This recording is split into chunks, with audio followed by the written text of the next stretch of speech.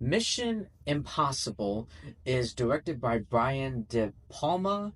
I believe that's how you pronounce his name, and it stars Tom Cruise. And it's a reboot of the 1966 television series, also titled Mission Impossible, and its 1988 sequel series, which I've not seen. Like, when I think about Mission Impossible, my mind goes straight to, Tom Cruise movies, but like, I wasn't born, I didn't grow up, I didn't live through the 60s or nor the 80s. So, the original Mission Impossible shows, I just completely flew under my radar, know nothing about it. It wasn't my time. Yeah. But anyway, this movie also it has a lot of other stars that a few of them I recognize, like Ving Rhames, who plays who was in the Guardians of the Galaxy movies, the second and the third one, I believe. Um, but yeah, in the film, Ethan Hunt, played by Tom Cruise, seeks to uncover who framed him for the murders of most of his of his Impossible Missions Force team. I'm so used to calling it a Mission Impossible, but the team, it's actually called Impossible Missions. It's a switch around. So anyway, so yeah, going into this review, I'm gonna break this film down, talking about the positives and the negatives, and then giving you guys my overall conclusion, thoughts, and then we'll just conclude this film. Excuse me, we'll just conclude this movie review. But yeah, it is a decent start to the Mission Impossible series of movies. Danny Elfman delivers an amazing soundtrack as always, with tons of excitement throughout, especially a remastered version of the iconic theme song from the series that we all know. It's so iconic, it's so memorable. Like, when we hear that, theme song, our brains automatically and immediately say, think of it, Mission Impossible, and by the way, I didn't know Danny Elfman did did the music for this film. That was until the credits started rolling, and I saw his name. I was like, whoa! That was uh, that was a complete surprise. And I love Danny Elfman. Like, he's right up there with John Williams for me, in my opinion. He's one of my favorite music composers or score composers, whichever you want to call it. But yeah, I love Danny Elfman.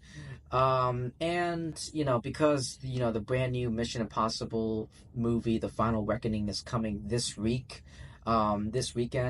I was like, why not talk about the Mission Impossible franchise? I've got time. I've got a clear schedule, so we're just gonna go through all of the Mission Impossible films. All right. But yeah, every actor in this film gives an amazing performance in this movie, especially Tom Cruise as Ethan Hunt. I mean, it's Tom Cruise. I mean, what else is there more to say about Tom Cruise? He's incredible. He's like an A-list, uh, amazing actor.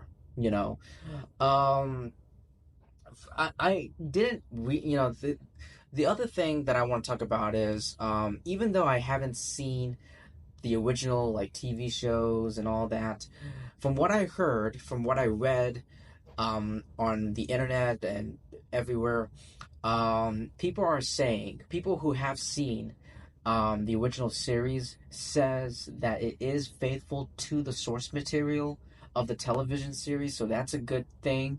Um, so just want to let you guys know about that. That's just a little I don't know, fun fact, if you will. Um, and of course, the iconic line, "Your mission, should you choose to accept it, as always, should you or any of your IM force be caught or killed, the secretary will disavow any knowledge of your actions." That is an iconic, memorable, uh, just that is one of the most iconic lines of Mission Impossible from what from the trailers and everything that I've gathered from the Final Reckoning. But yeah, the final battle on the speeding the TGV train was very exciting and fun to watch. The whole story and its concept makes sense for the most part. Brian De Palma does a great job with the directing. It does have a lot of memorable scenes, such as the iconic vault infiltration scene and the final battle between Ethan and Jim. There are some well done realistic effects most of the time throughout the movie, and for the time being, it does have, and the movie does have amazing cinematography. For the time, I mean, it's 2025. Of course, if you compare it to modern day film cinematography films, it's pretty. One could say it's pretty outdated. But for the time being, I think they did an amazing job with it. Um, but not all of the effects. Now we're gonna dive into the negatives. Not all of the CGI effects were great, especially for the helicopter. The CGI effects for the helicopter haven't aged too well, in my opinion. Um, and I heard. I mean, that's like my one. And the plot of the film. The plot, it can be very, yeah. I mean, there's no better way to say it. It's very convoluted. So much shit is going on in this film, and it's piling on top of each other, and it can be for me, it felt very confusing. But it wasn't. It did take me out, but it wasn't. It's not like something I have against this film. If that makes any sense, it's not a negative. It's not a flaw that I have, but it did take me out of the film for a while. But yeah, but yeah, I was able to um you know correct myself and understand what's going on in the film. But yeah, that's pretty much all I have to say for the Mission Impossible film. I heard that many actors from the original television series responded very negatively towards this film. With some of the choices and the characteristics and the castings and all of that, I really don't care.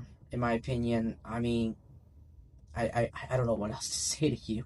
I really don't give a shit. Um, this is their version. This is their own adaptation of the original series. They're not gonna. It's not gonna be like a straight up copy of every single thing from the original series and just paste it over here. You know what I mean? But what can you expect?